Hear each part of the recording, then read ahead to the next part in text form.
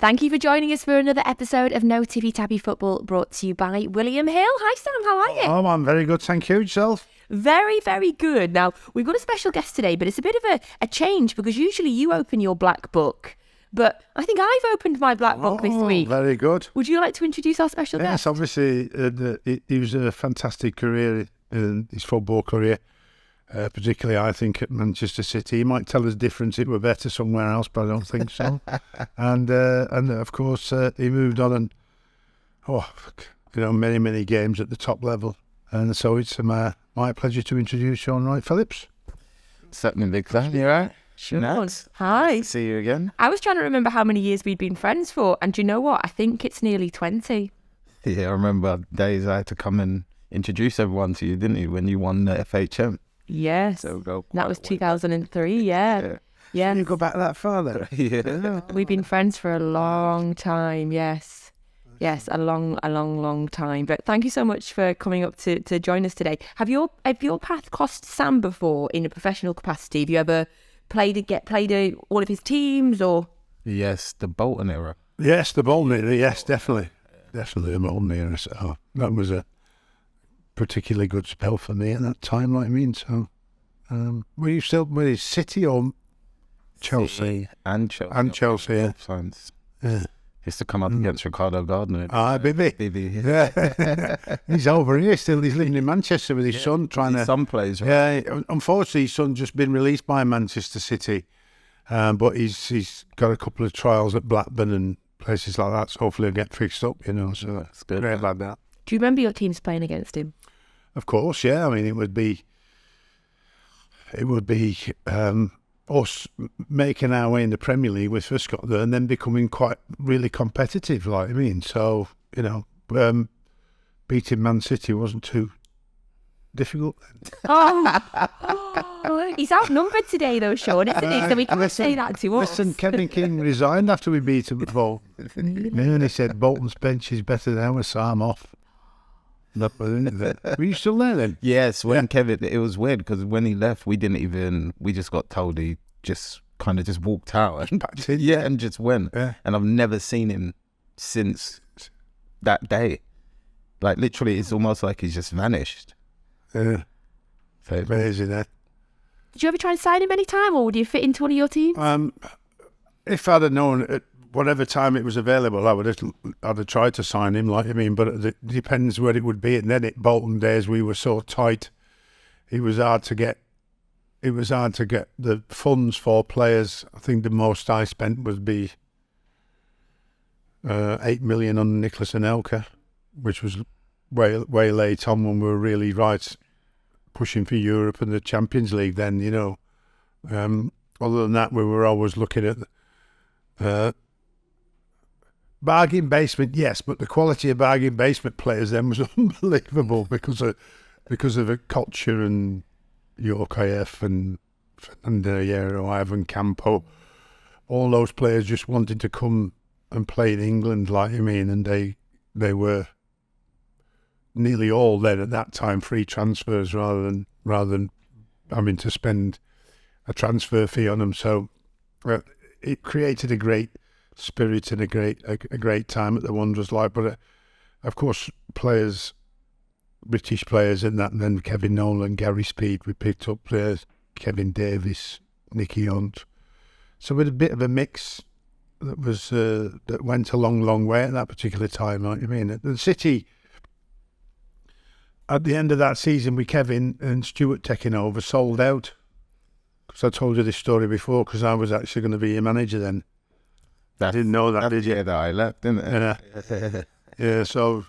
But John Wardle and Dave Makin sold the club to Shinawatra and they got Sven instead of me, so I went off to Newcastle instead. But yeah, it's interesting at that particular time. And you were particularly more expensive than 8 million when you did sell, so... He was, yeah. He was out your budget. He was, yeah. That was nothing to do with me, that price. Well, we're gonna get onto that. We'll get onto your career as well. But I do like to, or we do need to, every pretty much episode, Shaun, we have to just check in on Sam, see if he's going to be here next week and just make sure he's not picked up a job, which, his phone's always ringing. So This week, Sam, Spurs are looking for a manager. Highly unlikely. And, I think that I know Antonio Conte, and I wasn't surprised to see the rant and the rave. And of course, if you look at it in its context, if you'd have said it a lot calmer, it might have had a bit more effect, because it was absolutely spot on, really, where Tottenham lie as a football club today, like you mean. So there's a huge amount of, because normally when we lose it like that and we have a rave, it can be not as to the point as it was, but it was to the point. And Tottenham, great stadium, great football club, but just can't get over the line. And they can't get over the line because it's not the managers, it's because the players that have been brought in are not quite good enough to get there. So you can't have all those managers and say it's all the managers' fault. Yeah. It's just impossible, So they are where they are, and until that changes, it's unlikely that they're going to finish any higher than they do. And I thought it was a bit of a miracle him getting them into Champions League last season. But, if they lose Harry Kane, what are they going to do? Because that's going to be a massive, massive problem if Tottenham lose Harry, because you lose the goals, you're going to end up being a mediocre Premier League side if you can't find a replacement. And I'm not sure there's many replacements as good as Harry Kane that would come to Tottenham. And I don't want to be disrespectful for Tottenham, because he's a fantastic football club and done a brilliant infrastructure in terms of the stadium and maximising their revenue. I get all that, but they're just not quite at the level of, even though Liverpool having a bad season, Liverpool, Man City, Man United now, and of course Manchester and Arsenal. What did you make of Conte leaving? Were you surprised, or were you expecting it when you saw the comments? I'm quite honest. I was surprised in the fact it actually took him that long to come out with what he said, because if you look at Conte over his career, he's a very outspoken man. Whenever it kind of suits him, if he felt that's the right time or it's on his chest, he just says it. But he held that one for long, and that's why I think there was that sort of explosion with it. And I think, like Big Sam said, I think if he had said it in a different way, people would have respected it. But because it came across kind of like angry, and I wouldn't say resentful, but basically calling people out, people's taking it as he's just making that like he's giving somebody a dig. But I think in general, if you're a football fan and you watch football, or you're a Spurs fan, you understand exactly what he's saying and where he's going from. Because I've always said there's a lot of managers that's gone in there that's done really, really well at other clubs, but seem to get to Spurs and fail. So that can't be a coincidence for me. You mentioned before about when Keegan left when you were at City. What is it like for a player when managers just leave? Is there any way you've thought yes, or any way you felt sad when a manager's left? I think, especially in the way it happened with Keegan, it's more of a surprise. I think when it happened with Mourinho when I was at Chelsea, that was just as much a surprise because of how well Chelsea were doing at the time. But in general, that only happens if you kind of build a relationship with the manager, which normally happen in successful or even good clubs. That relationship naturally happens because of the way the clubs run and the way the manager wants the players to be on and off the field, and the way they train and the bonding exercises, that it brings in like a laugh and a joke, so you naturally have a chemistry. So if that happens and then the manager just gets sacked, then it's like, well, why did that just happen? We're getting well. Like Mark Hughes' situation with us, I think we was 5th or 4th. We had drawed like 3 or 4 games, and then he just got the sack, and nobody could actually understand why. They were waiting why. for him to try and slip up, but they ran out of wasn't patience. Because I've suffered from that, because they inherited the manager. Yeah. When the new owners came in, they inherited Mark Hughes, and they're like, wow, well tracked. But the bottom line was they didn't want to keep him. It was clear and obvious because of what happened to him. Yeah. So even though they gave him an opportunity, he could have, the only way they kept him at 100% win record, I think, because they wanted to change, because they had all these influences then. And I think, I said, any new owner, and I'm not so sure they'll ever admit this, when they get a football club, don't know what they're doing. Yeah. Because they've never run a football club before. Yeah. And they start trusting the wrong people, and that certainly happened at Manchester City. And other influences made them to make them decisions. And the beauty about Manchester City, they actually learned from that. Yeah. Found out about all these people, and they dumped them and got rid of them as quick as they could, and then built their own infrastructure that is now one of the best in the world. So if not the best in the world, because I mean, do you know how many football clubs they own? Nope, lost track. Lost track, yeah. You visited a lot of them, I think. That's right. my friend Mick Bennett, who I used to play with at Bolton and Preston, he's runs Man City's academy in Australia. So if you ever get out there and see him, he's a good lad like me, but he's packed up and left to go that far to be connected with the development of players in Australia. I'd always prefer. It's very clever. Marcus, he was very good, I thought, especially in terms of the way he had us playing, because at times I was playing centre midfield, if you remember, and at times the way he had us playing on a counter attack. I think that was the first couple of seasons that whenever we played Arsenal, we just basically just destroyed them because they couldn't deal with the pace to which we counter attacked on, and for me, he was quite an intelligent manager. He brought in so many of City's key players as well that were the backbone of the... Vincent Kompany and all that. Yeah. Absolutely, not less, yeah. Everybody forgets that, don't they, like me? You mentioned Jose a minute ago. What was it like having him as your manager? What was he like? It was actually... I'm going to come to you in a minute, Sam, because I like that laugh. No, I got on really, really well with him, to be honest with you. I like his method of training, the way he did everything. He always seemed to me like he was premeditated for literally every situation that was coming at his height of his managerial career at Chelsea. And I use this story all the time, but it's the best way for me to explain it. I think we was playing United in the cup final. No, actually, the Spurs. Sorry, we was playing Spurs at Chelsea, and he came to me on a Thursday, and he said to me, "I'm not going to start you this weekend in a cup. I'm going to keep you on the bench." So I'm quite just, okay, I'll get on with it. It's about the team. It's not just about me, whether I'm upset or not. Yeah. And he said, "Don't worry. I've got a feeling that if we're 2-0 down at half-time, I'm going to bring you on. We're going to draw the game. Then we're going to go to White Hart Lane and we're going to win and you're going to score." So as a player, I'm just like, what's he on about? Oh, yeah, boy. Whatever. And I think after 35 minutes, we was losing and I came on. The game finished as a draw. We went to White Hart Lane and we won 2-1. After that, I was just like, do you know what? You can tell me anything, I'll believe him.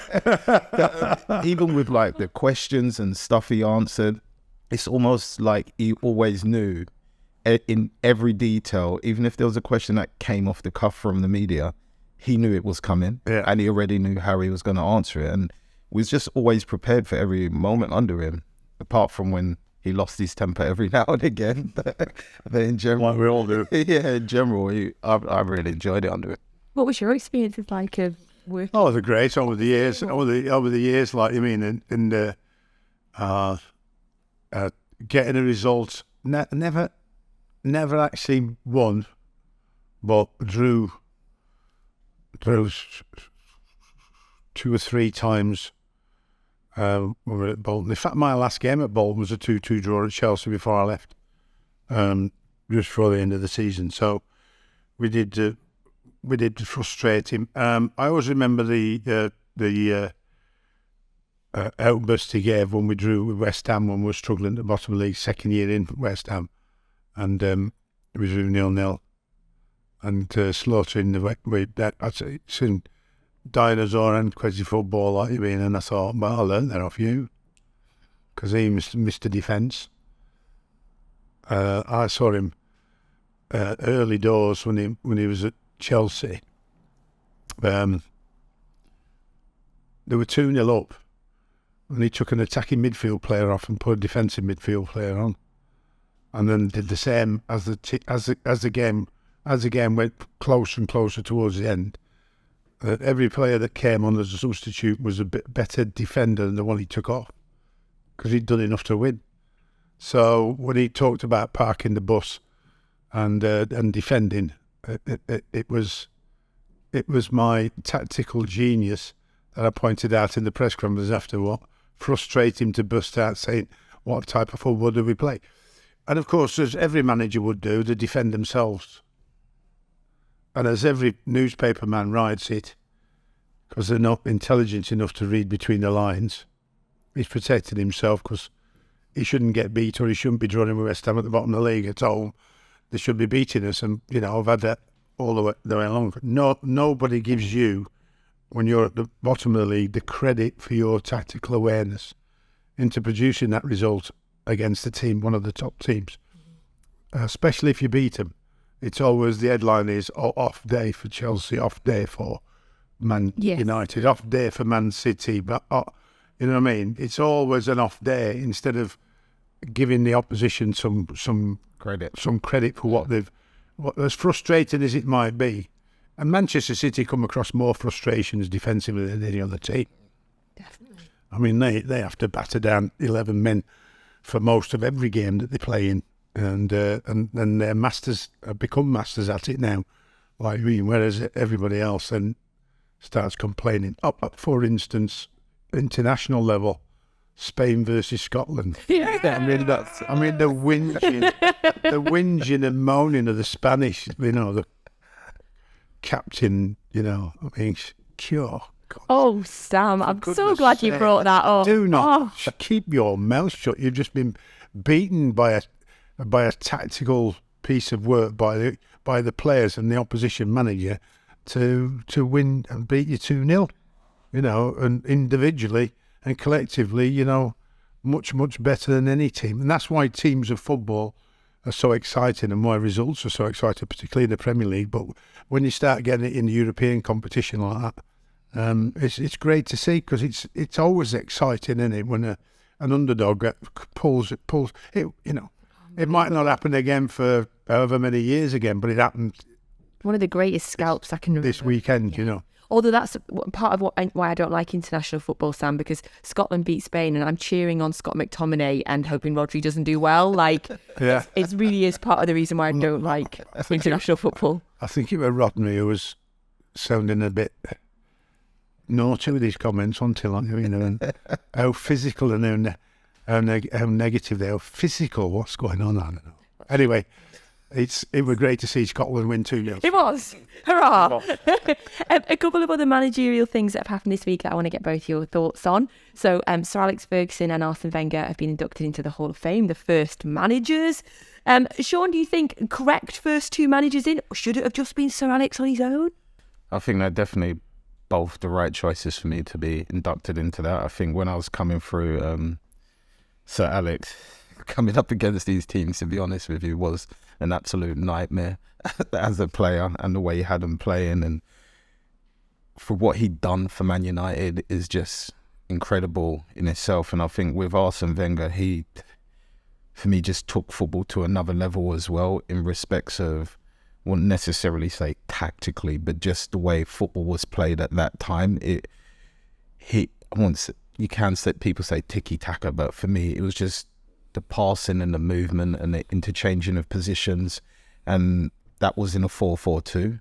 So those gaps I felt that players had to interchange position from was a lot further than, say, if you look at now where it's 4-2-3-1, the yardage is different. So I feel like it's shorter spaces for people to rotate into sometimes, for me personally. So I thought, for me, them two were the best one. I always remember playing at Highbury against Wenger, and I think 3 passes it took them to get from their goal to our goal and put it in the back of the net.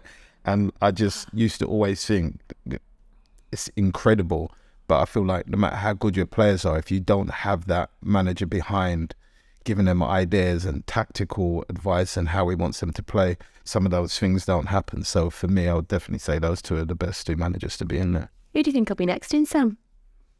I've no idea, but I know Tippy Tappy Football was not Arsenal's format in them days because they played through the lines quicker than anybody else. So you could count on them being at the edge of their own box, and in less than 10 seconds they'd be in the opposition's box with 3 passes, like you said. So there were nothing tippy tappy about what you get today. They were direct, and they were direct with the movement, and they were direct with the interchangeable, and they were direct with the passing.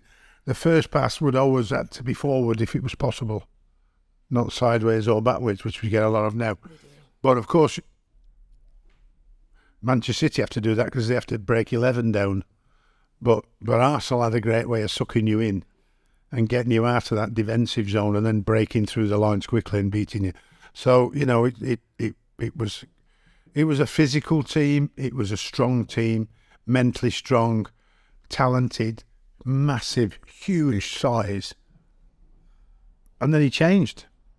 And I don't know whether Fergie got under his skin by calling them the most undisciplined team in the Premier League because they had more bookings, more sendings off than anybody else, or whether that sort of got to him or not. But when they moved to the Emirates, the whole stature of the player seemed to change in terms of the smaller, more technically suited player. But the old team had technique, strength, resilience, pace, and they could do anything. They could fight it, they could play it, they could battle it. No matter which way you wanted to try and play them, they could do it all better than you. So it was a full package, and probably because of the lack of spending, he never managed to get a full package back again like that because of the cost of the new stadium. So, in the end, you could arguably say he stayed a little bit too long because it was a bit of a sad way they got rid of him, the Arsenal fans. But what a fantastic career he had, and certainly deserves it. So I want to know the criteria though. Yes, I think the criteria has to be on the length of time that they've managed Manchester United and the success, and the length of time that Arsene managed Arsenal. But if that's got to be in with the criteria for me. Yeah. So don't know about any other managers that might get near that criteria for the next one. Oh yeah, a lot of games managed. Yeah. Another managerial thing I just want to quickly ask you about as well, Sam. Obviously, Big Dunk. So we had Big Dunk on, Shaun. It's our second or third guest on the podcast, like way back in October, November, before he went to Forest Green. Then he went to Forest Green, obviously had a bit of a torrid start there, Sam. But he's got his first win. Yes. As Forest Green manager. We're so happy for him because we were having a good run of guests then becoming managers. I don't know if you've got any aspirations of managing, Shaun, but this is the place for you. And he said this week, Sam, that he's loyal and that even if Everton or Real Madrid pick the phone up to him, that he's not leaving Forest Green. Do we believe him? Listen, I'll be right over there and smack his face and tell him to move on. But I have to. He's a very loyal person, as he shows his loyalty to Everton over many, many years. And I still arguably think that there were times when they could have let him done the job till the end of the season and see whether he could cope. And I thought he knows that club inside that he could have done. So he has to move on and end up with a very, very difficult choice, because I thought it was a very difficult choice of going to Forest Green. But he's cutting his teeth, learning the trade, and hopefully they're loyal enough to stick with him. That it's going to be, was from the very start unlikely they were going to stay up, but he has got his first win. And of course, next season will be the telling point on whether he can prove himself as a manager or not. And I hope he can. I hope he gets Forest Green back up and gets them promoted on where they come from. So it's going to be a big, big time for Dunk's career as a manager, because we all know the stats. Lose your job as a manager in the first one, and very difficult to get another one from there on. So it'd be good luck to him. I love the man. I think he's brilliant. I think he's an outstanding human being since his playing days, when he changed his whole life. I don't think he's ever talked about that much, has he? But when he changed his whole persona and he's a quality man, and loves his football, loves his family. Yeah, we wish him the best of luck, because we're half claiming that one, you see, as well, Shaun. You've played with loads of top players that have gone into management, though. In terms of your sort of former teammates, who do you think's done the best in management, or who could you see? I mean, I'm thinking obviously you played alongside like Lampard.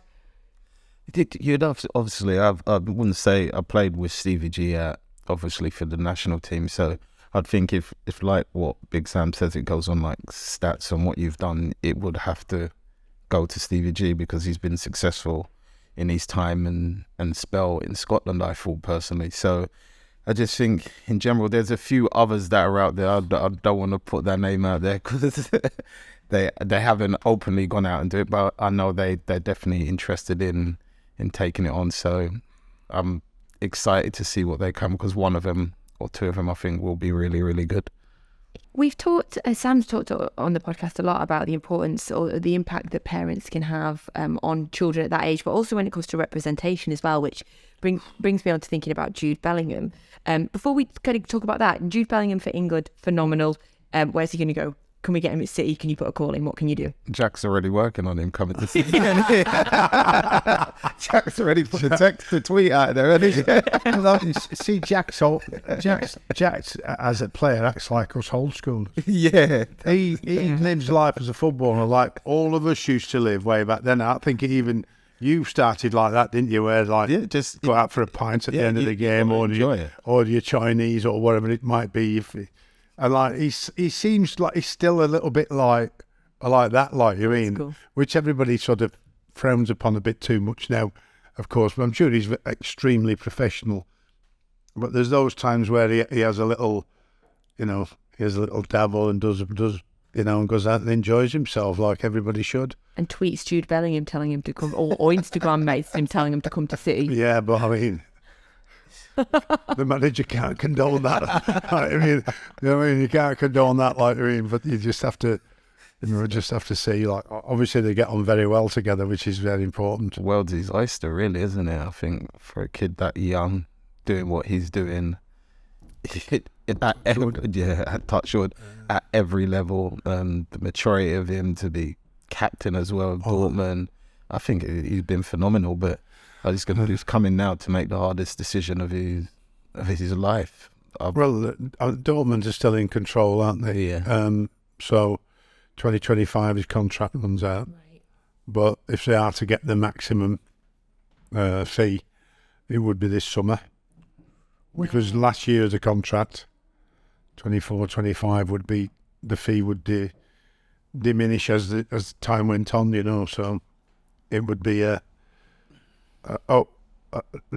Dortmund generally do, but haven't put the one good thing Dortmund have done, they haven't put a buyout clause in this contract. Yeah. Like Haaland had. Yeah. We got him for so they learned the lesson in that one, didn't they? Yeah.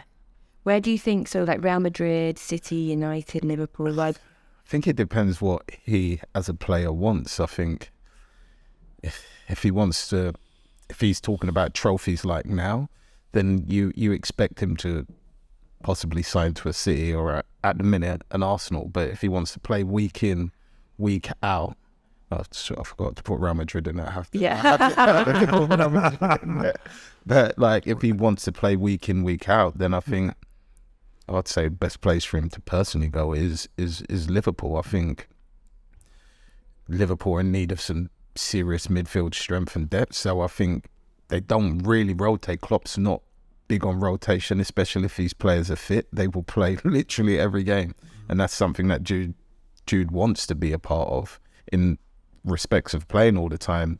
If he comes to City, there's always going to be rotation, and I think Arsenal is going to go down that route as well once that depth gets to the same ability as they have in the starting 11. So it's going to be interesting to see, but he pretty much right now can choose anywhere he wants. So we were talking Bellingham's dad representing him. Obviously, we know that Erling Haaland's dad is heavily involved in his career as well. What was your dad like growing up? Was he hands-on with contracts, or was he advice, or what was he like? Just more advice. I think for Dad, he never really focused or studied on that department. He might know about contracts in terms of what he's had and what's been done with his, but I don't think he took that responsibility on, in the respect as he doesn't know enough to deal with that, and he's worried about making mistakes. I think the dads nowadays, I wouldn't say they've got all the qualifications, but I think they've done their homework over the years to understand how contracts work. But I think a lot of it, dads getting involved, has come from the back of how much agents are making, which is not being disclosed. So it's more, I think, in respect to keep it all transparent. But in the end of it now, it seems like everyone's still the same thing, but at least it's going to a relative rather than somebody you don't know, so I suppose. And it Didn't used to be allowed that, no. Yeah, you didn't. But families. Yeah. Well, you had to be kind of qualified. You had to do a test. I think that apparently they're meant to be bringing it back, is from what I've heard. Yeah, but they can't police it. I mean, they tried it last time, and FIFA and UEFA just let everybody else down. Wherever they said, whenever there's a transfer, there was a writ. There was one agent suing the other for lack of payment and all that stuff. Like, I mean, so because agents used to get together, Yeah, you know what I mean, and work with agents in England, particularly foreign agents, like to link up with an agent in England who knew the background, who could get them into the football club. You know what I mean, and help them, you know, market the players, if you like, for want of a better word. And there's you know, they come to an arrangement about, like, well, you know, split. And then they ended up like suing each other because whoever got the money first never paid the lad. He said he was going to pay.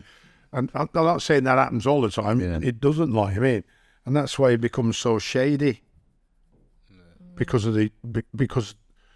when the window shuts, there's a lot more big conglomerates involved in it now. They've swept up some of the smaller agencies and put them in together, like, I mean, because these lads would be not able to get or earn a living from the start of the season, August, at the end of August, and couldn't open up again until January, so they couldn't earn any money. So when January opened up and they were struggling to start with, and they didn't get a deal done in January, by the time the January, you could imagine how desperate there were some of these agents. Yeah. Because that was so not all agents, as like not all players, get millions and millions of pounds in wages, and not all agents get millions and millions of pounds in. I mean, my son tried to do it and just got, you know, they get shafted by agents, got shafted by the press, just because you were my son, like, I mean, and they called it nepotism. Is it nepotism? Nepotism. It goes on everywhere. Yeah. What Dad done to help his son out to work in his own industry. What son works in football with his dad if his dad's a director? Yeah. You know what I mean? But have your son work as an agent if you're a manager? Oh my God! Yeah. Well, luckily there is quite a few, rightly so. But agents have are they in control more now than they were? Probably yes. Are they? I don't know how good they are. Who was your best agent, would you say? I'd have to say at the time, I'd possibly say Darren Dean. Darren Dean. I think. See, whose son's that? Yeah, David. Yeah. See, well, Darren bought me. It's got me from Barcelona to West Ham. Centre midfield for Arsenal. You have to excuse my memory. It's been a lot of players. Come on. Top player at Arsenal, centre midfield, went to Barcelona. Looking at you. Went to Barca. Yeah, and I got him back on loan a year later to West Ham. Freddie? Songy. Yeah. Darren got Darren to bring him to West Ham, like, I mean, couldn't believe it, like. I mean, the year before he was like top of the tree. Yeah, he was on Arsenal. Yeah. And like a lot of players, couldn't cope with Barcelona. Same with Ida Good-Johnson, top player at Chelsea, and he couldn't cope with Barcelona, or he just didn't fit in, I don't know. But Songy was only too glad to get back to playing the Premier League with us. So we've got a centre midfield player of the highest quality playing our midfield. So that's why agents can and certainly need to help you with who's coming up and what you want to achieve. Yeah. Mentioning Haaland there, Shaun, rumours that he is injured for the game against Liverpool on City take on Liverpool on Saturday. We don't know. We don't know what is going on yet, Sam. We don't know. I don't know. Well, if you don't know, I don't. Yeah, I mean, no. you're Man City through and through, so you should have. They tell me nothing, Sam. dear. I'm not in the know.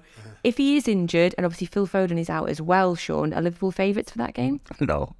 I would honestly still say no. I think with Liverpool's, they've been just so inconsistent. I think their consistency personally is getting better, but it's still not Liverpool of, say, the last 3 or 4 years. I think they have so much quality, so they will cause problems. But Salah isn't the person he was last season. I think he's not as selfish as he was. And I was one of those used to say, why doesn't he pass? But now you can see what, for me, it's done. I think he's got 22 and 10 assists, which is last year.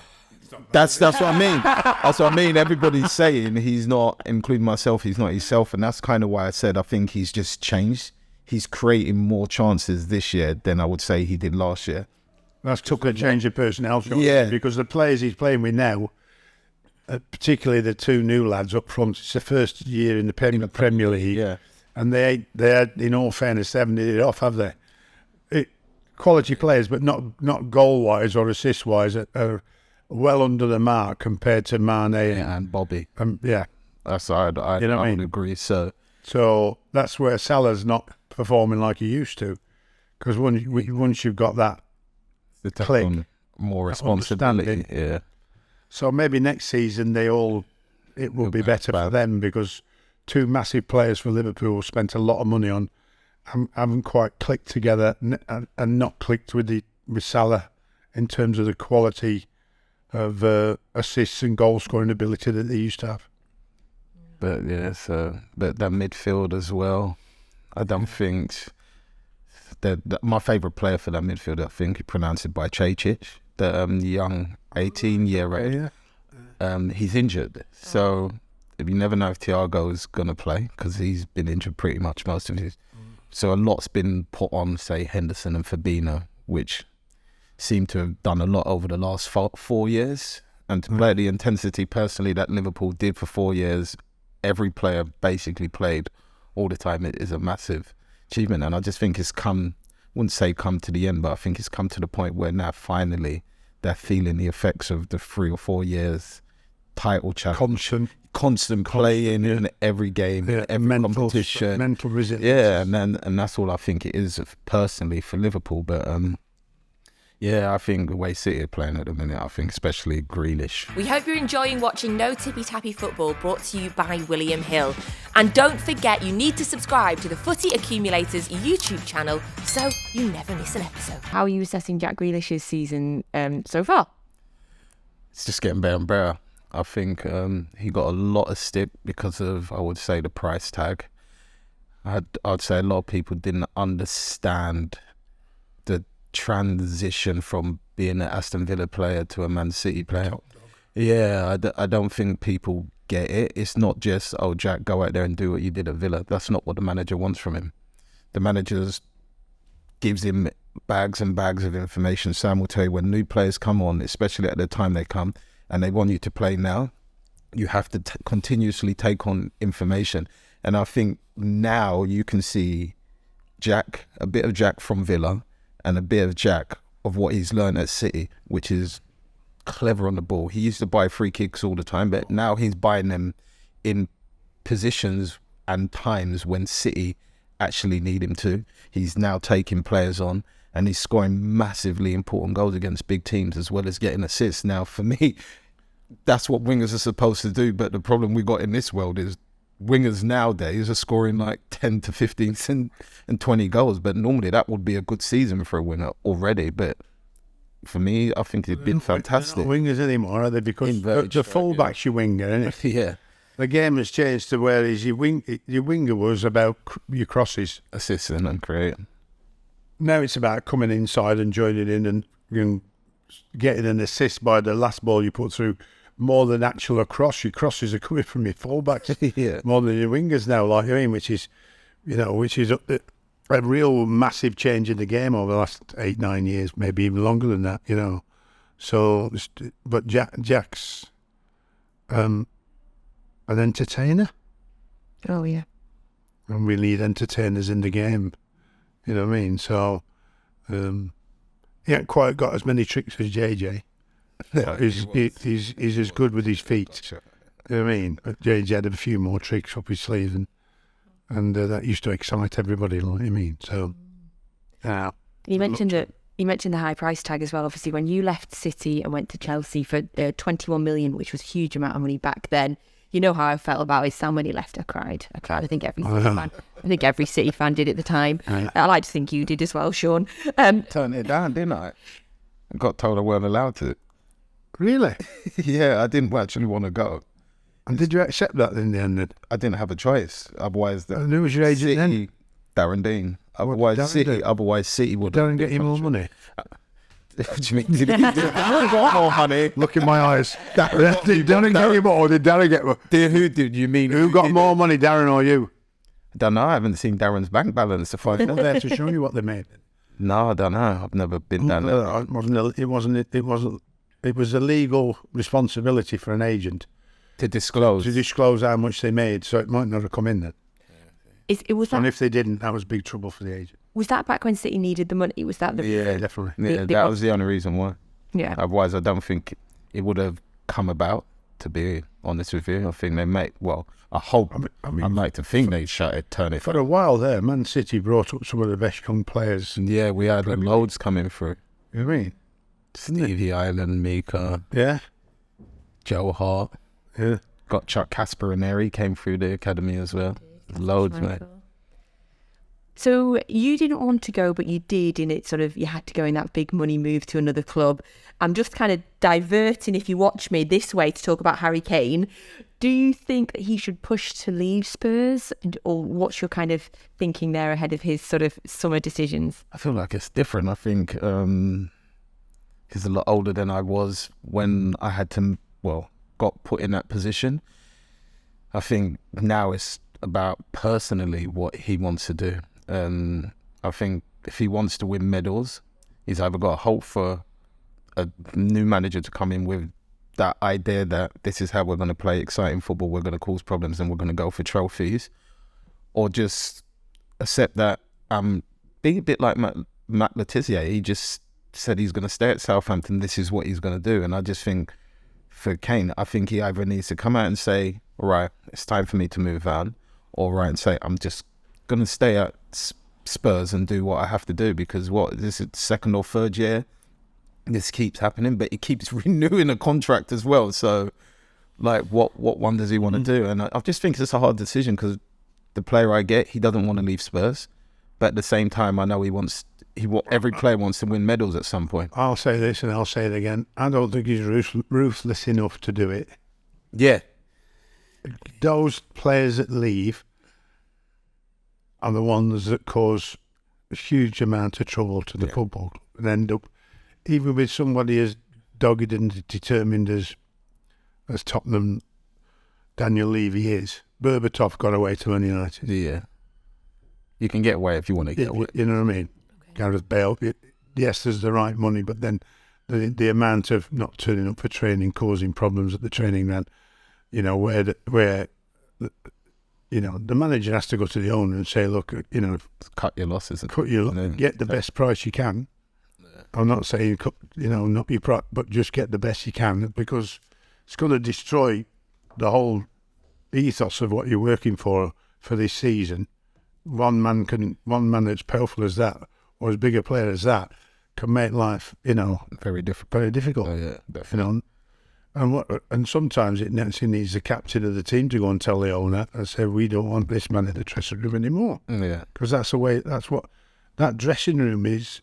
But he is the captain. It's everything. Yeah. It's everything to, isn't it? It's everything to the success of the team. Yeah, 100%. But Harry won't do that. That's what I'm saying. There are a number of players that have moved, that are the ones who, I can't remember what the player was at West Ham from France, from Marseille. Really talented guy. Pike, yeah. And once he decided he wanted to go back, just didn't turn in. No, the hardest club, one of the hardest clubs to get away from is David Sullivan, David Galls. If they don't get the right price, but he managed it because you didn't turn up.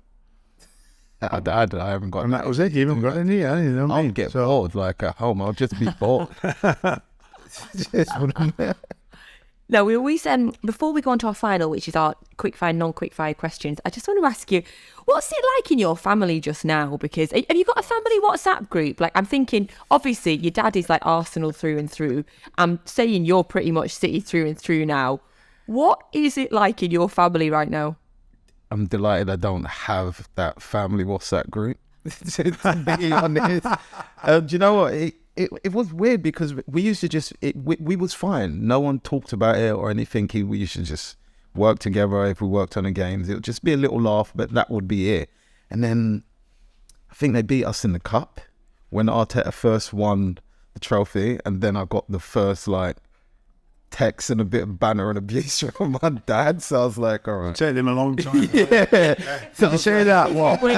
How long's this been, Dad? 20 odd years? So it's like, all right, cool. And then now the Premier League have kind of built it up even more to the point they have us working together. And if we're watching the games in the studio, there's like a consistent camera on us all the time. So it's getting a bit tense, but he's actually been quite good at the minute. I see he hasn't posted that much about it as he was early on in the season, so it's calmed down a bit. So I'm hoping we can quieten him down and then leave for this year. Good banter.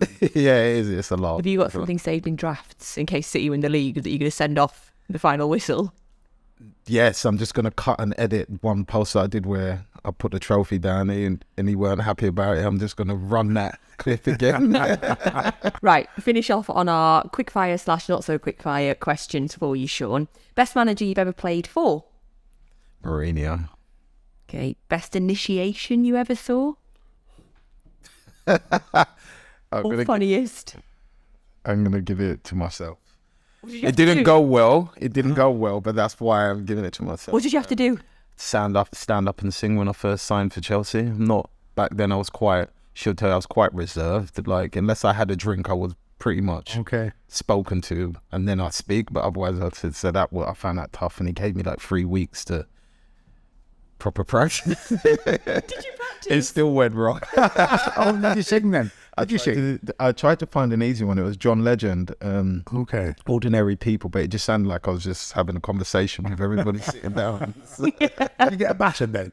Yeah, I did. I said I'd never ever do it again, and I haven't done. Is that before camera phones as well, so we don't even get to see it? Yes, I got away with it. No. Okay, forget positions. Who was the better footballer, you or your dad? Dad. It's more of an entertainer. Goal scorer. Yeah, he's more of an entertainer. I'm not sure that's a better footballer. Yes, I agree. We said well, yeah. Sam, you can save me, and then I'll tell you. Yeah. Will Graham Potter be the Chelsea manager in 12 months' time? Yes. Oh, okay. Right. I know what you're going to say. I don't even know why I'm going to ask this one. Who wins the Premier League this season?